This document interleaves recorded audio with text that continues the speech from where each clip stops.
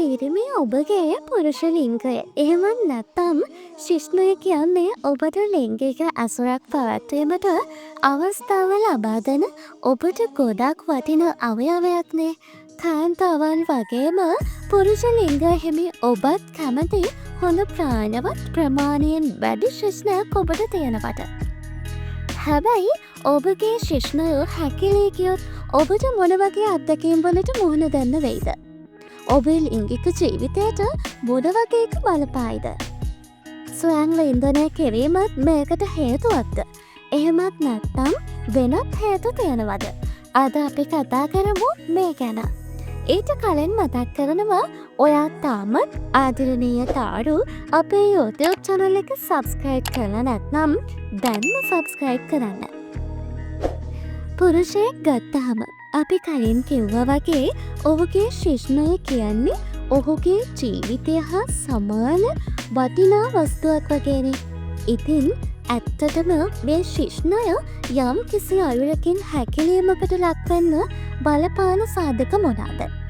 සමහර විට ඔබ නොදත් නමුත් ඔබ විසින්ම කරන සමහර පුරුදු වෙන්න පුළුවන්.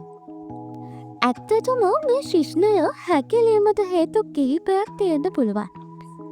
වගේම මේ ශිෂ්ණය හැකිලීම ඔබේ ලිංගික ජීවිතයට ප්‍රබලව බලපානවා විතරක් නෙවෙයි ඔබව මානසික ආතතියට පත් කරන්න මේක ලොකු හේතුවක්. මේ හැකිලීම දවසින් දෙකෙන් එක පාරට සිද්ධ වෙන දෙයක් නෙවෙයි. ඔබට සිතාගත නොහැකි විදිහට අවුරුදු කිහිපයකින් ඔබට දැනෙන්න පුළුවන් අනේ මගේ ශිෂ්ණය හැකිලිලා කියන ස්වභාවය. ඉතින් මේකට ප්‍රධානව බලපාන්නේ ඔබ ස්වයං වින්දනය යෙදෙන ආකාරය, ඔබේ ජීවන රටාව, ඔබ ජීවත් වන විදිහ, ආහාර රටා කියන මේ පොඩි කරුණු කියලා ඔබ නිකමටවත් හිතන්නේ නැතුව ඇති. මුලින්ම කතා කරමු බහුතරයක් පිරිමි ඔබ යොමු වෙලා ඉන්න මේ දුම්පානය ගැන. ලිංගික කාර්යයන් ගැන කතා කරද්දී අපි මූලිකව මතක් කරන දෙයක් තමයි මේ රුධිර සංසරණ පද්ධතිය හොඳින් පවත්වාගෙන යන්න ඕනේ. මේ පුරුෂ ලිංගයේ ප්‍රාණවත් බව රැකගන්න නම්. ඉතින් මේ දුම්පානය නිසා ගොඩක් ශරීරයේ නහර, ඒ කියන්නේ මේ රුධිර නාලිකා අවහිර වෙන්න පුළුවන්. පාඨක වලට ලබන ඔක්සිජන් ප්‍රමාණය අඩු වෙන්න පුළුවන්. ඒට අමතරව මේ රුධිර නාල අවහිරවීම තුළින් මේ ඔක්සිජන් පමණක් නොවේ. අපි කියනවා නියුට්‍රියන්ස්, මේ පෝෂ්‍ය පදාර්ථ ලැබීම අවහිර වෙනවා. එහෙමත් නැත්නම් අඩාල වෙනවා. ඉතින් මෙන්න මේ කාරණා නිසා ඔබේ ශිෂ්ණය ප්‍රාණවත්වයම අඩු වෙලා මේ පටක ඇකිලී යාම සිදු වෙන්න පුළුවන්. ඔබ නිතර දුම්පානයට හුරු වුණ කෙනෙක් නම් ඇත්තටම මේක අපිට දක්වන්න පුළුවන් මේ පුරුෂ ලිංගය හැකිල යාමේ ප්‍රධාන හේතුවක් විදිහට. ඊට අමතරව ඔබේ ශරීරයේ තිබෙන වෙනත් රෝගී තත්ත්වයන්ගේ බලපෑම නිසා මේ රුධිර නාල අවහිරතා ඇති වෙන්න පුළුවන්. විශේෂයෙන්ම මේ අධිරුධිර පීඩනය, ශරීරයේ කොලෙස්ටරෝල් මට්ටම ඉහළ බව, දියවැඩියාව වැනි රෝගවලදී අපි කලින් කිව්වා වගේ මේ රුධිර නාල අවහිර වෙලා පෝෂණ කොටස් ශරීරයට එකතු වීම අදාළ වෙලා ඔබේ ශිෂ්ණයේ පමණක් නොවෙයි ශරීරයේ මේ තියෙන පටක අඩාල වීමක් සිදු වෙලා මේවා හරියට දිග හැරෙන්නේ නැහැ. ඇකිලුණ ස්වභාවයක් ගන්න පුළුවන්.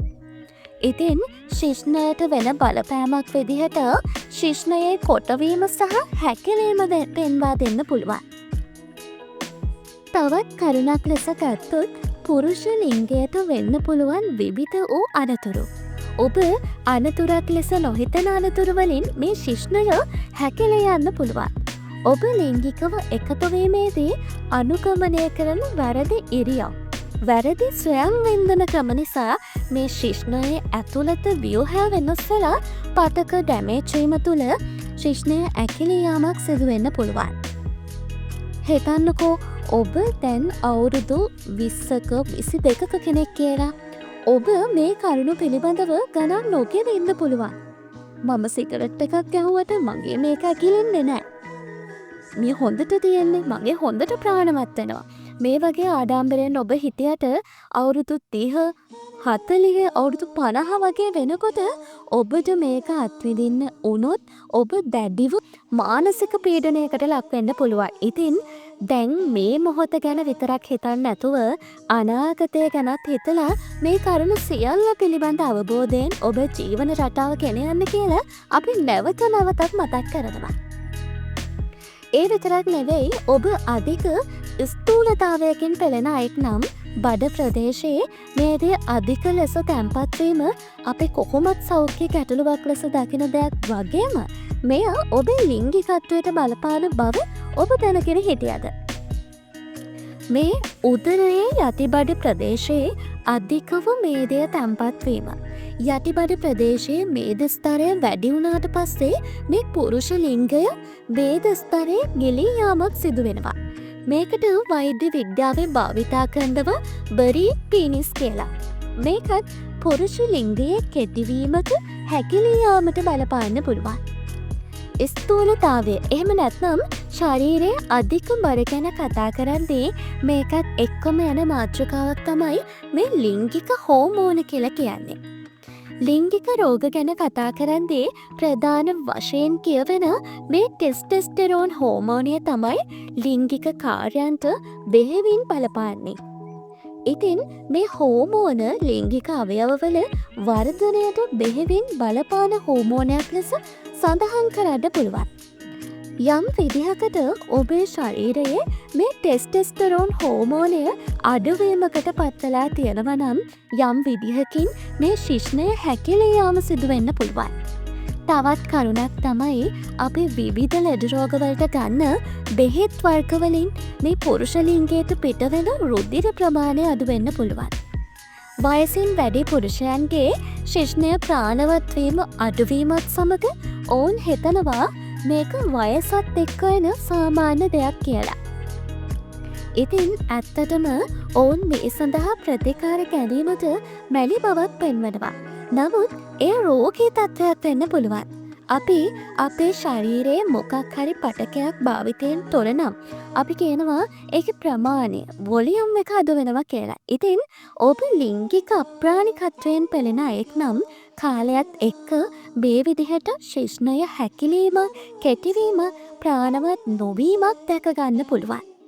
ඒ නිසා අසාමාන්‍ය ලෙස ඔබට දැනුණොත් ඔබේ ලිංගය ප්‍රාණවත් වීම අඩු බවත් ඔබට පුළුවන් මේ සඳහා වෛද්‍යවරයෙක් හමු වෙන්න. මේකෙන් පසු කාලීනව ඔබේ ශිශ්නයට වෙන හානිය අවම කරගන්න හැකියාව ඔබට තියෙනවා. ඉතින් මෙන්න මේ වගේ හේතුවලින් ඔබේ ශිශ්නය කෙටි වෙන්න, හැකිලෙන්න පුළුවන්. මේකට ප්‍රතිකාර ගත යුතුද? ඔව්. මේ සඳහා ඔබ අනිවාර්යෙන් ප්‍රතිකාර ලබාගත යුතුයි. එපමණක් නොවේ ඔබේ ජීවන රටාව ඔබේ මේ වැරදි පුරුදු නිවැරදි කරගන්න එක ඔබට නිවසේ සිටම සිදු කරන්න පුළුවන්. උදාහරණයක් ලෙස කිව්වොත් ඔබ තුම්පානයට නිතර ඇබ්බැහි වුණ කෙනෙක් නම් ඔබට පුළුවන් සම්පූර්ණයෙන් නොවුන තරමක් තුරට මේකෙන් ඈත් වෙන්න. ප්‍රමාණයෙන් අඩු කරන්න. ඒ වගේම ශරීර ස්ථූලතාවය අඩු කරගන්න ඔබේ ආහාර පාලනය කරන්න, ව්‍යායාම කරන්න ඔබට පුළුවන්. ලිංගික සෞඛ්‍ය කියන්නේ වෙනත් දෙයක් නෙවෙයිනේ. අපේ ජීවිතේම කොටසක් මේක අවුල් වුණොත් ඔබේ ජීවිතය අනතුරක වැටෙන්න බැරි කමක් නැහැ ලිංගික රෝගයක් වැළඳුනා කියන්නේ. ඒක ලිංගිකයි කියලා ඔබට ශරීරයෙන් ඉවත් කරලා තියෙන්න පුළුවන් දෙයක් නෙවෙයිනේ. ඉතින් මේ වගේ නොහිතන පොඩි දේවල් නිසා ලිංගික ජීවිතය අවුල් ජාලයක් උද මානසික පීඩනයෙන් ඉන්න බොහෝ දෙනා ඔබ අතර අප අතර ඉන්න පුළුවන්. ඔබ එවැනි තත්ත්වයකට පත් නොවී ඔබ විසින්ම ඔබේ ලිංගික ජීවිතය ආරක්ෂා කර ගත යුතු බව හොඳින් මතක තබා ගන්න. ඉතින් ඔබ වගේම දුම්බීමට මේ වගේ වැරදි දේවල් වලට පුරුදු වෙලා ඉන්න වගේ යාළුවෝදත් මේක ගැන දැනගන්න මේ වීඩියෝ එක ෂෙයා කරන්න අමතක කරන්නත් එපා. ඉතින් වීඩියෝ එක බලපු ඔයා අපිට කමෙන්ට් එකක් දාන්න.